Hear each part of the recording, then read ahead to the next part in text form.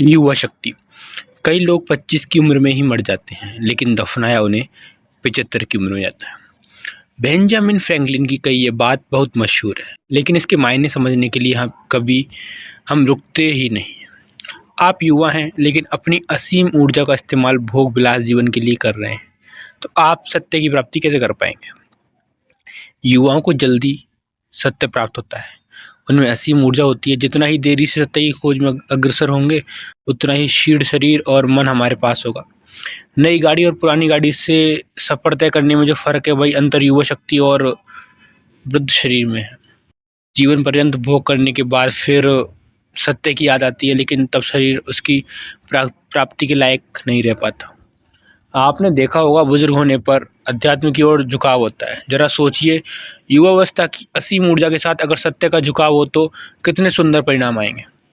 आप आज जितने भी सत्य को प्राप्त हुए ईश्वर रूपी मनुष्य को देखते हैं, उन्होंने सत्य की खोज अपने युवा काल में ही शुरू कर दी थी।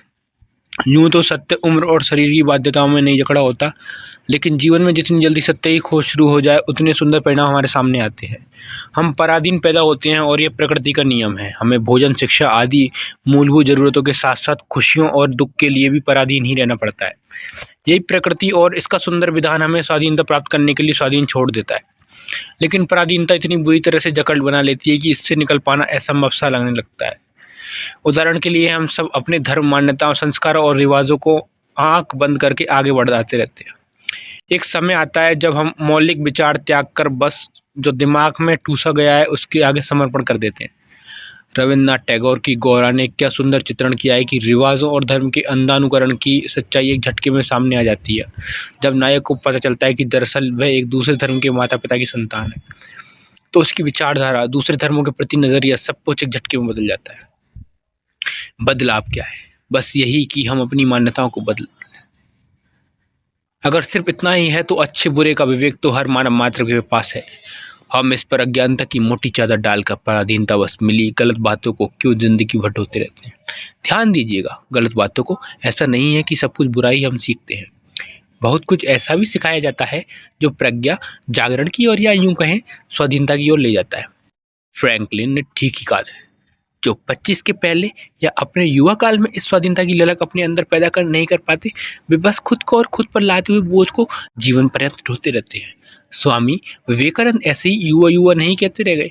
वे जानते थे और अपने निजी जीवन से भी उन्होंने सीखा था कि युवावस्था ऊर्जा से भरपूर है, तथा इस अवस्था का सदुपयोग नहीं हुआ तो फिर उम्र के अवशेषों से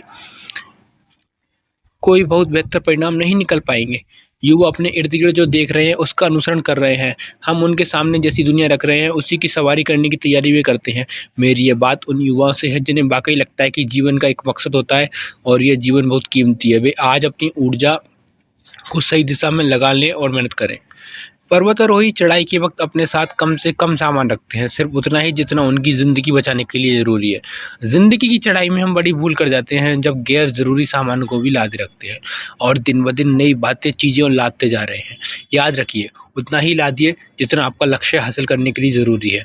उससे ज़्यादा लाद कर घूम रहे हैं तो आप खुद ही एक बोझ बन जाएंगे। आप में प्राण शक्ति तो रहेगी, लेकिन जीवन नहीं होगा, क्योंकि जीवन के लिए वर्तमान में रमण और आनंद बहुत महत्वपूर्ण घटक है। यूँ तो उम्र का कोई विशेष महत्व नहीं, लेकिन बोझा ज़्यादा लाद लिया है और उससे मोह हो गया तो सत्य का मार्ग कुछ और कठिन हो जाता है।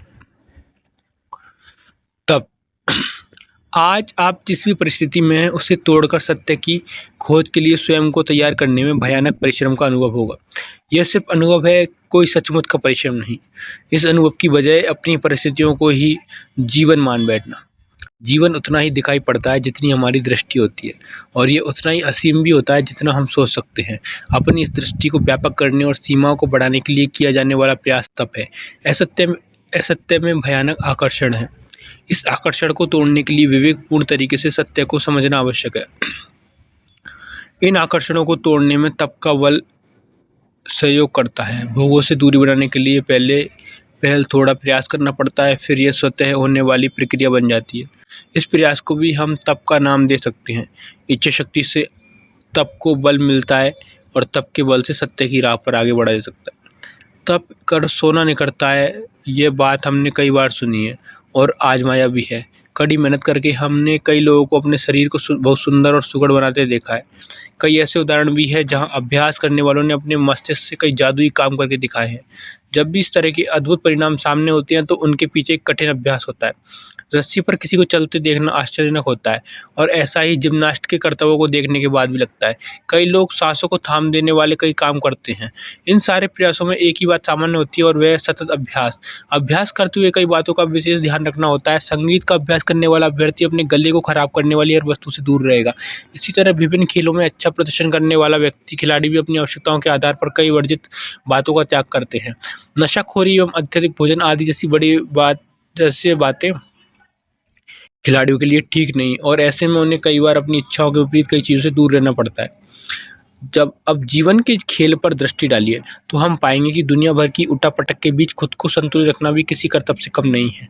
चुनौतियों से लड़ने के लिए और संघर्षों को सहन करने के लिए हमें स्वस्थ शरीर और स्वस्थ मस्तिष्क दोनों की आवश्यकता होती है। विभिन्न खेलों के खिलाड़ी तो तमाम प्रलोभनों और आकर्षणों को उनके दुष्परिणामों के चलते त्याग देते हैं, लेकिन असल ज़िंदगी में हम इनके सामने समर्पण कर देते हैं। नकारात्मक वस्तुओं में भयानक आकर्षण होता है। पहले तो ये आनंद का विषय मालूम पड़ती हैं, फिर धीरे-धीरे ये ज़रूरत की तरह महसूस होती हैं और अंत में मनोरोग का मृत्यु तक का कारण बनती है। आपको कोई खींचे और प्रतिरोध में आप खुद को दूसरी दिशा में खींचे तो ताकत लगती है। नकारात्मक आकर्षण चाहे वह धन वैभव का हो, शारीरिक सुख का हो, नशाखोरी का हो या दूसरों पर स्वामित्व जमाने का हो, सबका अंत एक जैसा होता है। इनमें भयानक आकर्षण होता है और इनके विपरीत खुद को खींचने में ताकत भी लगानी पड़ती है। नकारात्मक आकर्षण के प्रतिरोध में लगाया गया यही बल तब कहलाता है। जीवन में सत्य की खोज अग्रसर होने वालों के लिए इन नकारात्मक आकर्षणों से पार पाना सबसे पहला चरण होता है। सत्य की यह राह इतनी सुंदर है कि इस पर एक बार गाड़ी दौड़ पड़ी तो आगे का रास्ता खुद ब खुद तय होता चला जाता है। हम सब जानते हैं प्रलोभन हमेशा किसी जाल में फंसाने के लिए होता है। जीवन में हम इस सिद्धांत से मुंह मोड़ लेते हैं और ये नकारात्मक आकर्षण धीरे धीरे हमें अपनी जकड़ में ले एक समय तो ऐसा भी आता है जब विवेक पर पूरी तरह इन्हीं का अधिकार हो जाता है और इन्हीं को लोग जीवन समझने लगते हैं। स्वामी विवेकानंद ने कहा है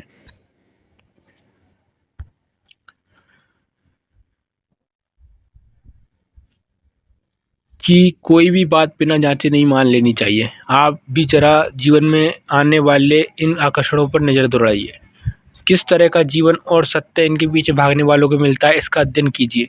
क्या आप इन आकर्षणों के पीछे भागने में सत्य का अनुभव करते हैं?